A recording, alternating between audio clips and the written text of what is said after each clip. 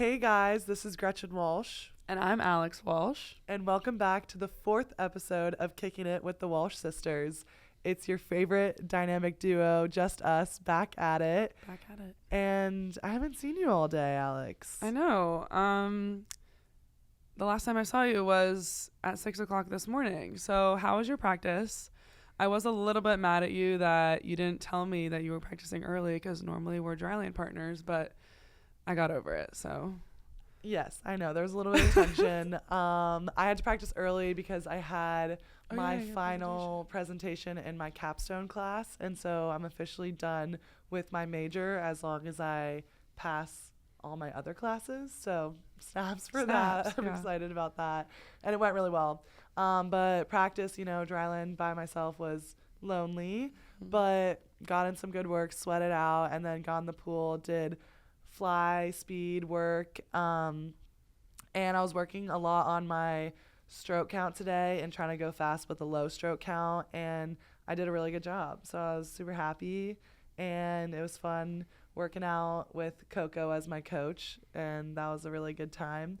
How was it after I left? Well, I did the same practice as you, and it was good.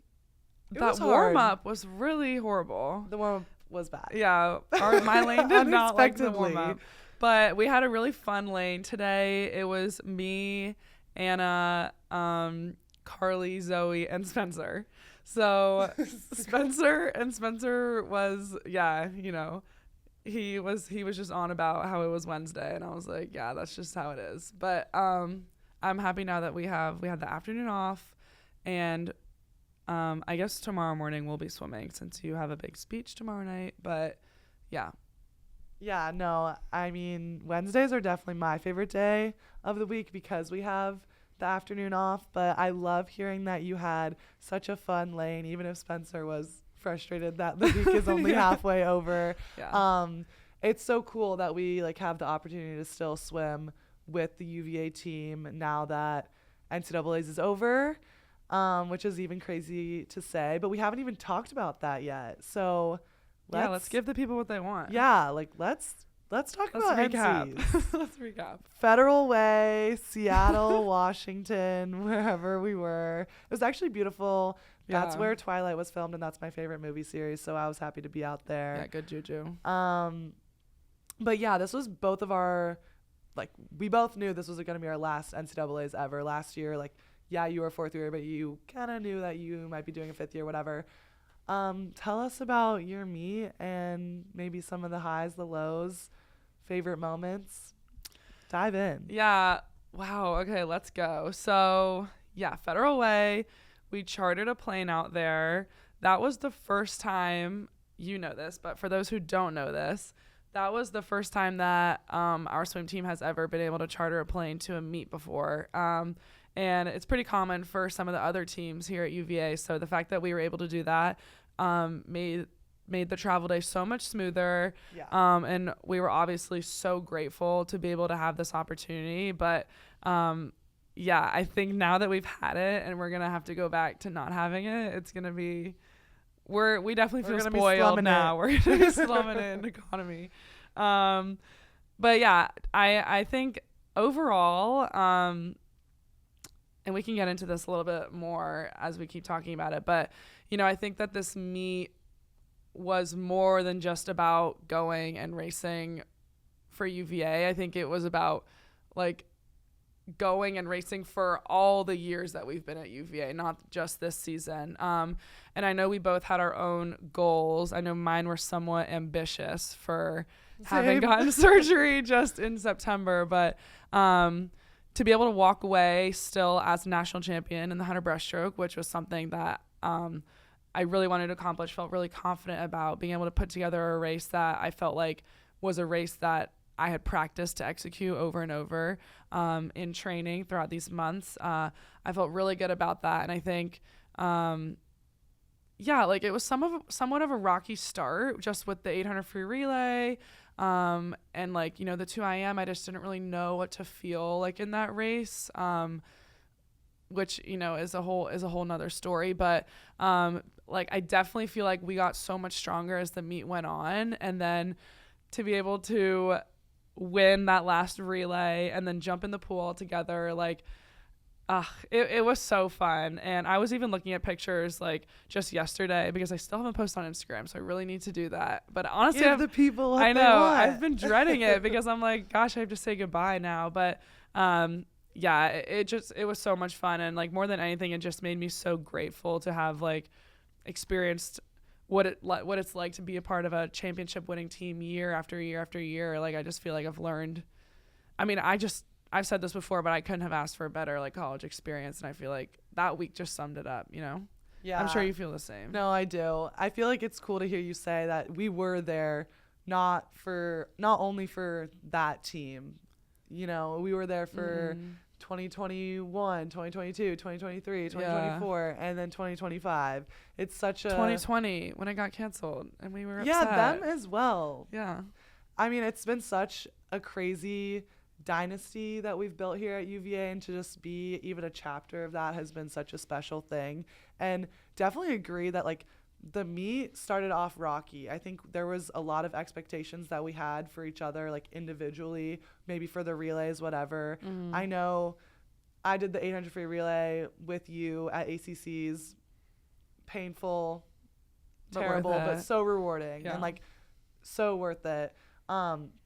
But then at NCAA's, I did the 200 medley relay on the first night, and that race is just like a crapshoot, kind of like you literally don't know what's gonna happen. Yeah. First race, like you need to get your jitters off. Like I don't know. I've never loved that race at that meet. And obviously we won and it was great, but walking away, like I think we were all just in a phase of like stunned, shocked, not even sure what just happened. Yeah. And then next day was the 50 free for me. And I was walking in being like, okay, I'm going to go a 19 in my 50 free. And like looking back, that was definitely ambitious. And I don't even think that it was out of the cards for me, but I was so in my head about that not only did it not happen and did I not execute the race I wanted it to, the way I wanted it to go, but I also was just not present with what was going on around me. Like I was not enjoying myself, and I walked away and I was like kind of unhappy, and I was more unhappy that I feel like I wasn't giving like authentic happiness when I finished that race. And I was like, I need to get my priorities straight right now, because this is my last ever NCAAs. Who cares what my times are? Yes, like I wanted to go faster, but I've already been really fast. Like I don't really have a point to prove to anyone at this point. I have a point to prove to myself that like this meet is going to be the most fun I've ever had, because this is the last chance I have to do this. And so after reevaluating that, taking a new mental approach to the meet of just like enjoying the moment, I feel like I started swimming better and I started accomplishing my goals, and everything just kind of fell in line. So I was happy, and then that momentum, like you said, just built and built. And then it was like the last day and we were all like celebrating after our races. We were just like in the best mood ever, and we were like, this Natty Championship is in the bag. Like having dance parties. We're on cloud nine. Dance parties with the coaches, like Gary getting down to Pink Pony Club, like it was the time. Yeah, I also feel like, I don't know, the 50 free is so detail oriented. Like when I was watching your finals race and Todd was standing behind me and you had taken like, I don't even remember what happened. I think, you were nervous because someone had said that you were like gonna DQ the first, remember, in the morning or something. Like, yeah, people thought I had gone too far on my underwaters. And then you took like one less underwater or something, and Todd was like, it's over, it's done. And I was like, oh my gosh.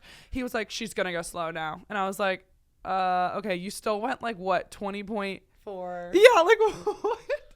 I was like, okay. And he came up to me after that too the next day and was like, he was even kind of upset with himself that he was like, I should have just like relished in the moment. Like you still just went like what, I don't know, the second fastest time ever or something. I think this was like a lesson to learn for every single person on the team, regardless if they were like winning individual titles or if they were like maybe not making it back to finals. Like it was important for every race to be like a moment of, I'm just happy I'm here and I'm going to try to just celebrate all the work I've done. And I feel like as the meet progressed, like we got better and better at doing that, and it made for like a moment of growth, but also everything we wanted it to be in the end.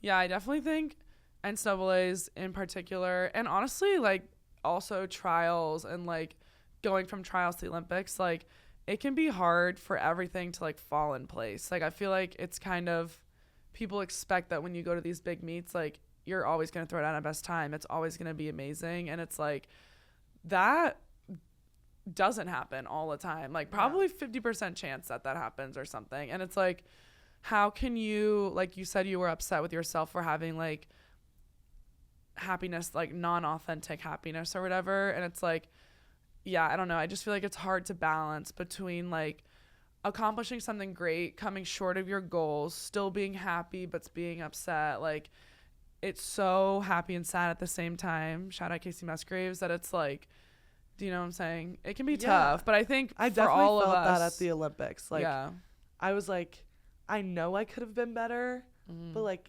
I'm supposed to be on cloud 9 right now, and I feel like I am low key, but I'm also kind of just shy of it. Yeah, it's a weird feeling really to like weird. Walk that line. Yeah, it's really weird, but yeah, I don't know. This NCAA's was definitely, it meant more than I think any other NCAA's has meant for the both of us. Do you have a favorite memory that you can think of? Wow. A favorite?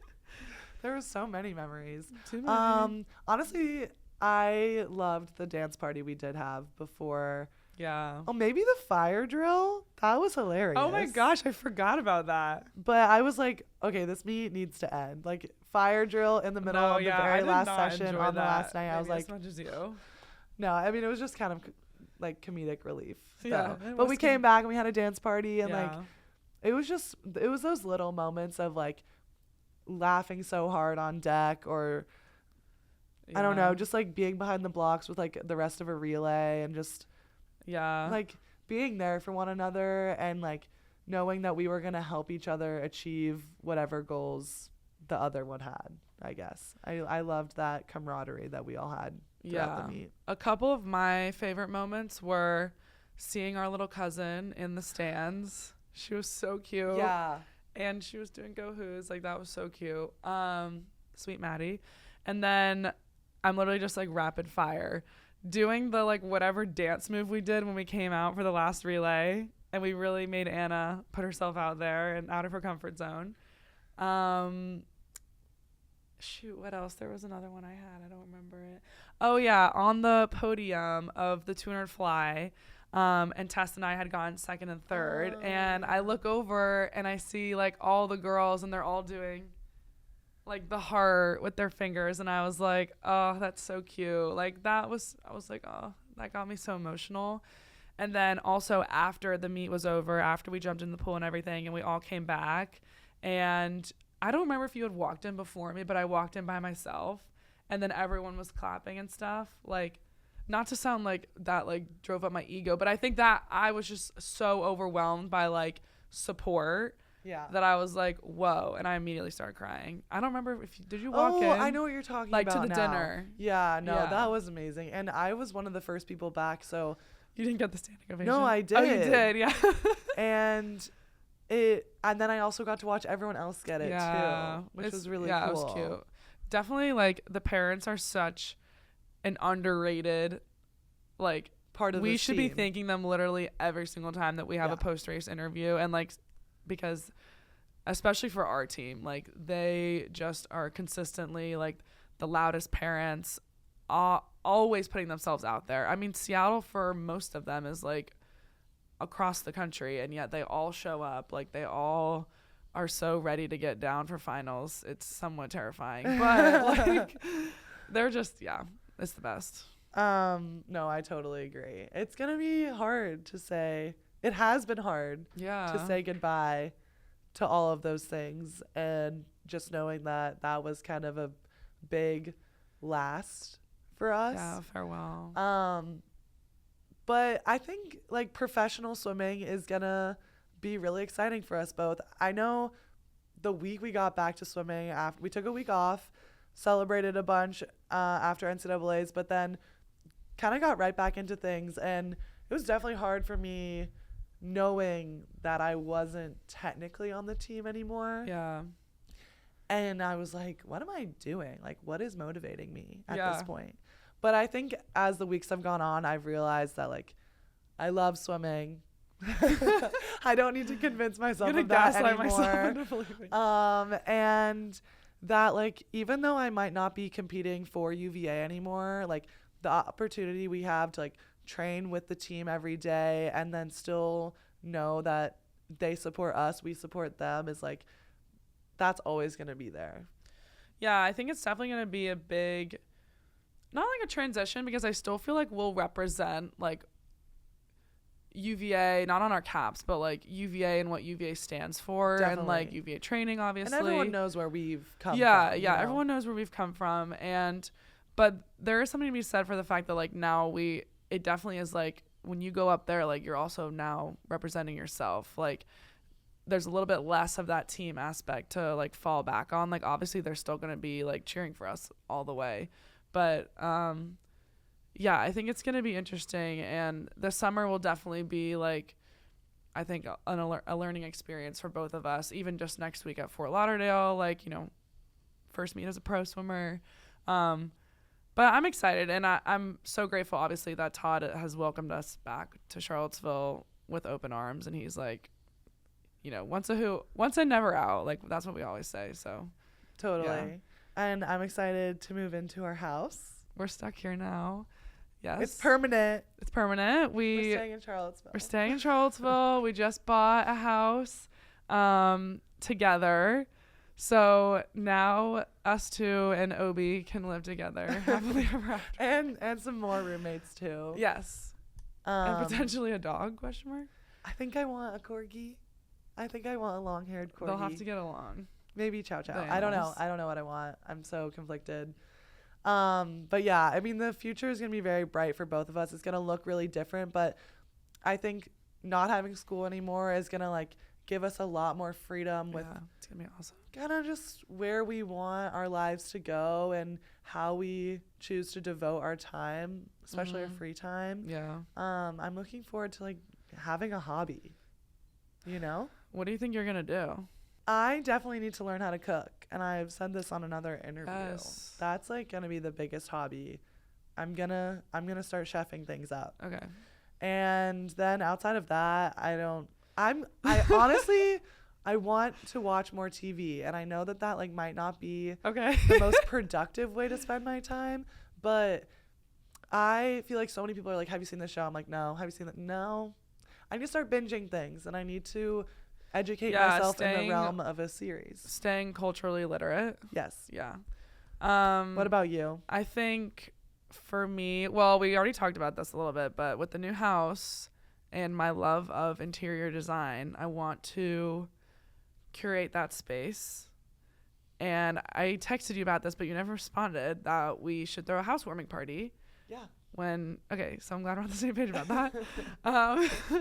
But yeah, I think like kind of finding like my style, like, sorry, that sounds so weird, but like in a way, do you know what I'm saying? Just having more time to like look at things that interest me. Like, I don't know if that's going to be clothes, interior design, like artwork that I really like just finding new things that I am drawn to, like that my eye is drawn to. I feel like you need to do that. Yeah. Because that's something like you do kind of have a curated style, but you haven't had the option to like execute it, really show it off. And yeah. You just haven't had the time. So I think that will be cool. So I want to do that. And then I think I also would love to read more. Okay. Yeah, me too. Yeah. And like do something physical, like make something. I don't know what that's going to be. We could make a garden. Yes. Oh my gosh. Yes. And I wanted to learn more about like flowers and stuff. So yeah, we should definitely do that. Okay. Wait, I'm excited now. Yay. Okay, cool. Well, to wrap things up, I think that we owe it to our audience to answer a few more of their questions. Yeah, because we barely didn't get to any of them. We barely dipped our toe into it last time. So let me pull those up. Okay, I like these. We'll start with All right. Oh, we'll start with celebrity crush. Who is Okay. your celebrity crush? Miles Teller. This is a universal opinion in my apartment. So yeah. Okay. Yeah. I would say mine is a duo. Oh no, like I have to say 2 duos. Okay. So I'm choosing 4 crushes. Okay. There's Robert Pattinson with Suki Waterhouse. Like I love them both. I love Robert Pattinson, but them together is like so much better. Mm-hmm. And then Zendaya and Tom Holland. Yeah. Yeah. So yeah, those are my like celebrity crush couples. Okay. I guess. If I had like a girl crush, I don't know. Well, I love SZA. Like I love her music so much that like, and I think she's just like really cool and like fits a vibe. So I guess her. Okay, I like that. Yeah, good pairing. She is a cool vibe. All right, who would win in chess? I'm gonna step in here and answer me. Yeah, easy. I kind of became one of my hobbies. I'm gonna continue that in my pro life, but kind of became one of my hobbies my second year. I was like, I just want a chessboard. I want to start playing chess. Like I had seen Queen's Gambit. My grandma had kind of told me that I need to learn how to play chess. Our grandma, sorry, I always do that. Yeah. And so then I learned and I played and then would play with other people, and I was never very good. Maybe you could beat me, but I just would like to say that I would beat you. Yeah, definitely now. I mean, I like don't remember anything you taught me. Perfect. Yeah. But now we've been Easy getting more win. into mahjong. We need to continue that as well. Yeah. Because we lost that. Yep, definitely. And that'll be easy in our, like with all Big of our space. roommates. Yeah. Okay. Who is the most patient? You. And by patient, I mean slow. Like, like never in a rush. So then you don't have the right to rush other people, I guess. No, I'm definitely very patient with. Well, actually, like, I don't know. I'm not a patient person. I guess I'm patient with like myself because I don't rush myself, which is like not good sometimes. But I would say maybe with others, yeah. I think it's rare though that someone is not going is going slower than you. It is rare. Yeah. Okay. So are you like trying to rephrase the question? Or, like... Maybe. Maybe. Okay. Next question. Okay. Next question. All right. If you had $1 million, what would you do with it? Oh gosh, that's such a good question. I don't know. You know how I am with finances. Very conservative. Struggles to splurge. Struggles to splurge. That's a great phrase to describe me. So would you just invest it? Like you're yeah, allowed, I'd probably like just invest it answer. for at least like a year, so then I would have time to think about what I actually wanted to do with it. Okay. And then hopefully like whatever I invested in just like took off and I like it grew like a lot so that maybe I could buy a beach house. Sorry, that's so ambitious. Yeah. But I was talking with Claire the other day and she was like, yeah, my family's at my beach house. And I was like, gosh, I want that. Yeah. I like that. What would you do? I think I would put some of it into an investment account because I'm a finance major. I have to say that. But Okay. I would definitely want to splurge on like a fun trip. I would love to travel somewhere. Wait, this is what I've been saying to you. I've asked you so many times to go to Egypt with me and you're like totally not into it. You're not into it. I want to go see the pyramids. With the $1 million. And I want to go into the desert and like hang out there. I was thinking maybe like more Italy vibes, but we can go to both there, with that money. Yeah. That's a good idea. Okay. I'm glad we decided on that. Yeah. All right. Last question. Some of these are interesting. Some of them Some are of not them questions. are concerning. Okay. What is your 10-year goal? Golly, that's a big question. Just how old am I? project into the 23. future. Where do you see yourself? Well, in 10 first of all, I'm years? going to be retired. Okay. Don't count on do Alex. not count on me at 2032 in Australia. I will not be there. Maybe it's a spectator. Okay. But definitely not competing. I don't think I already feel fragile, so like there's no way I'm making it there. But definitely like doing something that hopefully doing something that like I love, like that I'm on the path to love. And like I feel grateful that swimming is something I love that I can pursue professionally now, because like so many people don't get that opportunity. But finding something outside of swimming that I enjoy equally, and it could be still like being involved in the swimming world, just having a different role. I don't know. Yeah. I would say I agree. Like I want to be doing something that I love at that point. Like I love swimming. Like I don't even want to think about like swimming that far away right now. I need to take it day at a time. But I think at that point, like hopefully I am having some kind of job experience outside of the pool, and also just like settling down. Yeah. I don't want to necessarily be living in Charlottesville at that point in my life. Maybe, I don't know, but yeah, just like settling down. That's like when people start having families. Not to like also project super far into the future, but that's like something I want to do. So I guess I feel that. That's a 10-year goal for me. Yeah, I like that, and I support whatever you want to do, and I hope we're still like tight, you know. Definitely. Yeah.